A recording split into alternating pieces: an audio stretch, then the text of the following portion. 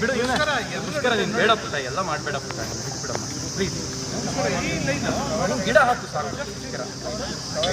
ಇದಾಗ ಏನಾಗುತ್ತೆ ಗೊತ್ತಾ ಸರ್, ವಿಡಿಯೋ ತೆಗಿತೆ ಎಲ್ಲ ಆಕ್ಟಿಂಗ್ ಏನು ಬೇಡ, ಅಲ್ಲ ಪಡ್ತಾನೆ ಇದ್ದಾರೆ ಪಾಪ.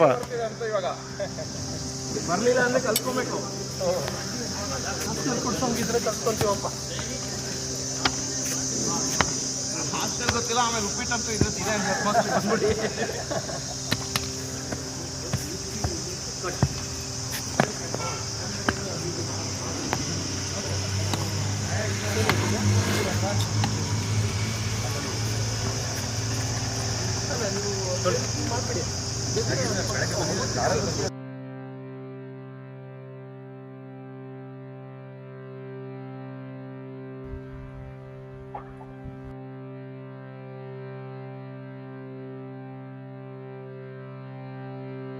भारत माता की जय।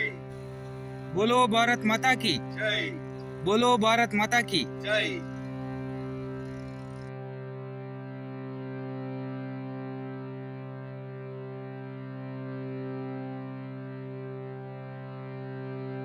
गुरु महाराज की जय। श्री श्री श्री सत्यात्मतीर्थ गुरु महाराज की जय। जयतीर्थ विद्यापीठಕ್ಕೆ जयतीर्थ विद्यापीठಕ್ಕೆ हरिधर्मोत्तम वायुजीवोत्तम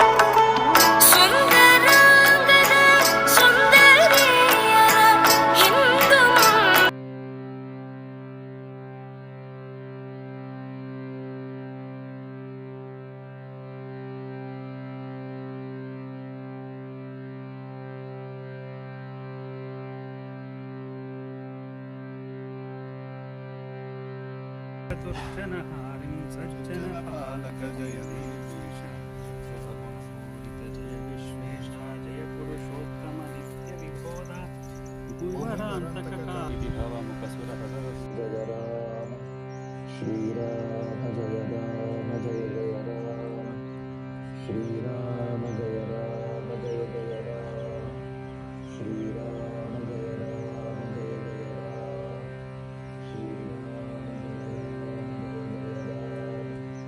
श्रीराम जय राम जय जय राम श्रीराम जय राम जय जय राम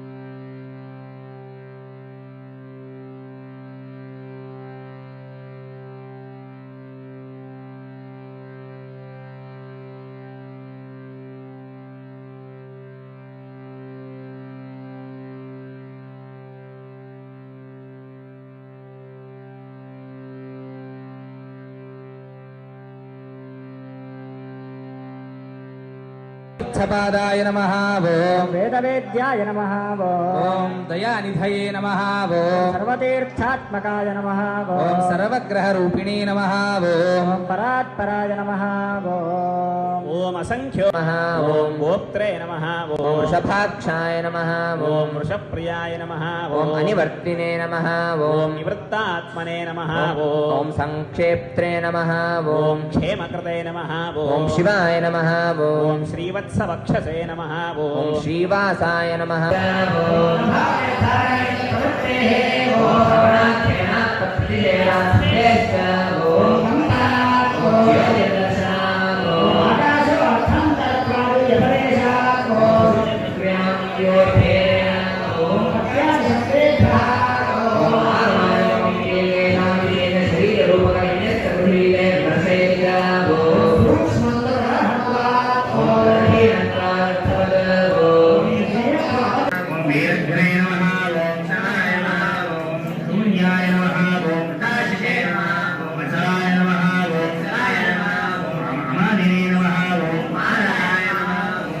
प्रत्यर्गाय नमः ओम प्रत्युम्नाय नमः ओम अमित विक्रमाय नमः ओम आनंदेविघ्ने नमः ओम वीराय नमः ओम सूराय नमः ओम सूरजनेश्वराय नमः ओम त्रिलोकात्मने नमः ओम त्रिलोकेशाय नमः ओम केशवाय नमः ओम केशिघ्ने नमः ओम आर्ये नमः ओम कामदेवाय नमः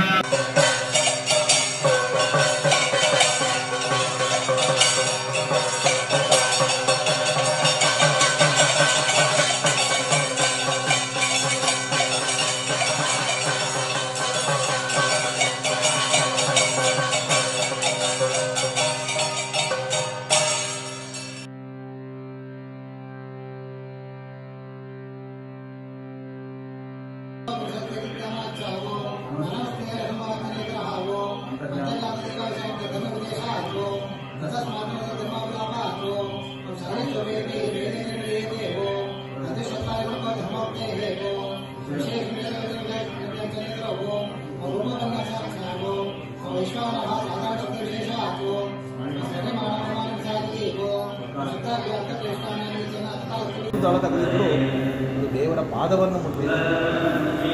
ದೇವರ ಪಾದವನ್ನು ನಾವು ಕೃಷ್ಣಾರ್ಪಣ ವಸ್ತು ಅಂತೇಳಿ ಕೃಷ್ಣಾಷ್ಟಮಿಯ ದಿವಸವೇ ಕೃಷ್ಣನಿಗೆ ಪ್ರಿಯವಾದ ತುಳಸಿ ಮುಟ್ಟಿದೆ. ಅದು ಅದನ್ನು ಸಮರ್ಪಣೆ ಮಾಡೋರು ನಾನು ಸಮರ್ಪಣೆ ಮಾಡಿದರೆ ಬರೀ 10 ಪುಣ್ಯ, ಆದರೆ ಸ್ವಾಮಿಗಳು ಸಮರ್ಪಣೆ ಮಾಡಿದರೆ ಅದಕ್ಕೆ ಪುಣ್ಯ ಹೇಳಲಿಕ್ಕಾಗುತ್ತೆ. ನನ್ನ ದೇವರಿಗೆ ಸಮರ್ಪಣೆ ಮಾಡಿದರೆ 10 ಪುಣ್ಯ. ಮೂಲರಾಮ ದೇವರಿಗೆ, ಬ್ರಹ್ಮಚರಾರ್ಚಿಯ ದೇವರಿಗೆ ಸಮರ್ಪಣೆ ಮಾಡಿದರೆ, ಕೃಷ್ಣನಿಗೆ ಸಮರ್ಪಣೆ ಮಾಡಿದರೆ, ವೆಂಕಟೇಶನಿಗೆ ಸಮರ್ಪಣೆ ಮಾಡಿದರೆ ಅದಕ್ಕೂ ಕೂಡ ಬೆಲೆ ಕಟ್ಟಲಿಕ್ಕೆ ಆಗೋದಿಲ್ಲ. ಸಮರ್ಪಣೆ ಮಾಡುವ ವ್ಯಕ್ತಿ ಸಮರ್ಪಣೆ ಮಾಡಿಸಿಕೊಳ್ಳುವ ಭಗವಂತನಲ್ಲಿ ತಾರತಮ್ಯ ಇಲ್ಲ. ಭಗವಂತ ಒಂದೇ, ಆದರೆ ಅವರ ಸಂವಿಧಾನದಲ್ಲಿ ತಾರತಮ್ಯ ಇದೆ. ಇಲ್ಲಿ ವೆಂಕಟೇಶ ದೇವರಿದ್ದಾರೆ, ತಿರುಪತಿಯಲ್ಲಿ ವೆಂಕಟೇಶ ದೇವರಿದ್ದಾರೆ, ಎರಡು ಒಂದಾದರೆ ಒಂದು. ಹಾಗಾದ್ರೆ ಅಲ್ಲ್ಯಾಕೆ ಜನ ಹೋಗ್ತಾರೆ, ಇಲ್ಲಿ ಯಾಕೆ ಹೋಗೋದಿಲ್ಲ ಅಂತಂದರೆ ಸನ್ನಿಧಾನ. ದೇವರಲ್ಲಿ ಐಕ್ಯ ಇದ್ದರೂ ಕೂಡ ಸನ್ನಿಧಾನ. ಹಾಗೆ ನಾವು ಮಾಡುವ ದೇವರ ಪೂಜೆ ಮಾಡುವ ದೇವರಲ್ಲಿ ಸ್ವಲ್ಪ ಸನ್ನಿಧಾನ ಇದೆ, ಆದರೆ ಸ್ವಾಮಿಗಳು ಮಾಡುವ ದೇವರಲ್ಲಿ ವಿಶೇಷವಾದ ಸನ್ನಿಧಾನ ಮೇಲೆ ದೇಶ ವಿಶ್ವಾಸದಿಂದ ತುಳಸಿಯ ಸೇವೆಯನ್ನು ಮಾಡಿದ್ದೀರಿ. ನಮ್ಮ ಹಿಂದೂಗಳಿಗೆ ಗೋವು ಮತ್ತು ತುಳಸಿ ಇದು ಪರಮ ಪವಿತ್ರ. ಬೇರೆಯವರಿಗೂ ಕೂಡ ತುಳಸಿ ಅಂತನ್ನುವಂತಹ ಇವತ್ತು ಆಯುರ್ವೇದದಲ್ಲಿ ಕೇಳಿಸಿದರೆ ತುಳಸಿಯಷ್ಟು ಉತ್ತಮವಾದಂತಹ ಔಷಧ ಗುಣ ಯಾವ ಸಸ್ಯದಲ್ಲಿಯೂ ಕೂಡ ನೋಡಲಿಕ್ಕೆ ಸಾಧ್ಯ ಇಲ್ಲ ಅಂತ ಹೇಳ್ತಾರೆ. ಅದೆಲ್ಲ ಒಂದು ಕಡೆ, ಆದರೆ ನಮ್ಮ ಶಾಸ್ತ್ರದ ದೃಷ್ಟಿಯಿಂದ ಒಂದು ತುಳಸಿ ದಳದಲ್ಲಿ 5600 ಭಗವದ್ ರೂಪಗಳಿವೆ. ಒಂದು ತುಳಸಿ ದಳದಲ್ಲಿ ಭಗವಂತನಿಗೆ ತುಳಸಿ ಎಷ್ಟು ಪ್ರಿಯವೋ ಅಷ್ಟು ಯಾವುದೂ ಕೂಡ ಪ್ರಿಯ ಅಲ್ಲ. ಎಷ್ಟು ಬೇಕಾದಷ್ಟು ಬಂಗಾರ ಹಾಕಿ ಪೂಜೆ ಮಾಡಿ, ಏನು ಆಭರಣಗಳನ್ನು ಹಾಕಿ ಪೂಜೆ ಮಾಡಿದರೂ ಕೂಡ ತುಳಸಿ ಇಲ್ಲದ ಪೂಜೆ ಹರಿವಲ್ಲನು ಅಂತ ಹೇಳಿದ್ದಾರೆ. ಅದು ವಿಶೇಷವಾಗಿ ಚಾತುರ್ಮಾಸ್ಯ ಕಾಲ, ಗೋಕುಲಾಷ್ಟಮಿಯ ಪರಮ ಪವಿತ್ರವಾದ ಕಾಲ. ಇಂತಹ ಕಾಲದಲ್ಲಿ ನೀವೆಲ್ಲರೂ ಕೂಡ ನಿಮ್ಮ ಶಕ್ತಿಗೆ ಅನುಸಾರವಾಗಿ ಒಂದೊಂದು ದಳ ತೆಗೆದಿದ್ದರೂ ಅದು ದೇವರ ಪಾದವನ್ನು ಮುಟ್ಟಿದೆ. ದೇವರ ಪಾದವನ್ನು ನಾವು ಕೃಷ್ಣಾರ್ಪಣ ಮಸ್ತು ಅಂತೀವಿ. ಕೃಷ್ಣಾಷ್ಟಮಿ ದಿವಸವೇ ಕೃಷ್ಣನಿಗೆ ಪ್ರಿಯವಾದ ತುಳಸಿ ಮುಟ್ಟಿದೆ. ಅದನ್ನು ಸಮರ್ಪಣೆ ಮಾಡುವವರು ನಾನು ಸಮರ್ಪಣೆ ಮಾಡಿದರೆ ಬರೀ 10 ಪುಣ್ಯ, ಆದರೆ ಸ್ವಾಮಿಗಳು ಸಮರ್ಪಣೆ ಮಾಡಿದರೆ ಅದಕ್ಕೆ ಎಷ್ಟು ಪುಣ್ಯ ಅಂತ ಹೇಳಲಿಕ್ಕಾಗೋದಿಲ್ಲ. ನನ್ನ ದೇವರಿಗೆ ಸಮರ್ಪಣೆ ಮಾಡಿದರೆ 10 ಪುಣ್ಯ, ಮೂಲರಾಮ ದೇವರಿಗೆ, ಬ್ರಹ್ಮಕರಾರ್ಚಿತ ದೇವರಿಗೆ ಸಮರ್ಪಣೆ ಮಾಡಿದರೆ, ಕೃಷ್ಣನಿಗೆ ಸಮರ್ಪಣೆ ಮಾಡಿದರೆ, ವೆಂಕಟೇಶನಿಗೆ ಸಮರ್ಪಣೆ ಮಾಡಿದರೆ ಅದಕ್ಕೂ ಕೂಡ ಬೆಲೆ ಕಟ್ಟಲಿಕ್ಕೆ ಆಗೋದಿಲ್ಲ. ಸಮರ್ಪಣೆ ಮಾಡುವ ವ್ಯಕ್ತಿ, ಸಮರ್ಪಣೆ ಮಾಡಿಸಿಕೊಳ್ಳುವ ಭಗವಂತನಲ್ಲಿ ತಾರತಮ್ಯ ಇಲ್ಲ. ಭಗವಂತ ಒಂದೇ, ಆದರೆ ಅವನ ಸನ್ನಿಧಾನದಲ್ಲಿ ತಾರತಮ್ಯ ಇದೆ. ಇಲ್ಲಿ ವೆಂಕಟೇಶ ದೇವರಿದ್ದಾರೆ, ತಿರುಪತಿಯಲ್ಲಿ ವೆಂಕಟೇಶ ದೇವರಿದ್ದಾರೆ, ಎರಡು ಒಂದಾದರೆ ಒಂದು. ಹಾಗಾದ್ರೆ ಅಲ್ಲಿ ಯಾಕೆ ಜನ ಹೋಗ್ತಾರೆ, ಇಲ್ಲಿ ಯಾಕೆ ಹೋಗೋದಿಲ್ಲ ಅಂತಂದರೆ ಸನ್ನಿಧಾನ. ದೇವರಲ್ಲಿ ಐಕ್ಯ ಇದ್ದರೂ ಕೂಡ ಸನ್ನಿಧಾನ. ಹಾಗೆ ನಾವು ಮಾಡುವ ದೇವರಲ್ಲಿ, ಪೂಜೆ ಮಾಡುವ ದೇವರಲ್ಲಿ ಸ್ವಲ್ಪ ಸನ್ನಿಧಾನ ಇರ್ತದೆ, ಆದರೆ ಸ್ವಾಮಿಗಳು ಮಾಡುವ ದೇವರಲ್ಲಿ ವಿಶೇಷವಾದ ಸನ್ನಿಧಾನ ಇರ್ತದೆ. ಅಂದಮೇಲೆ ದೇಶ, ಕಾಲ, ಸಮರ್ಪಣೆ ಮಾಡುವ ವ್ಯಕ್ತಿ, ಸಮರ್ಪಣೆ ಮಾಡಿಸಿಕೊಳ್ಳುವ ಭಗವಂತ, ಇದರಿಂದ ನಮ್ಮ ಪುಣ್ಯ ಎಷ್ಟು ಇಮ್ಮಡಿಯಾಗ್ತದೆ ಅಂದರೆ ಹೇಳಲಿಕ್ಕೆ ಸಾಧ್ಯ ಇಲ್ಲ.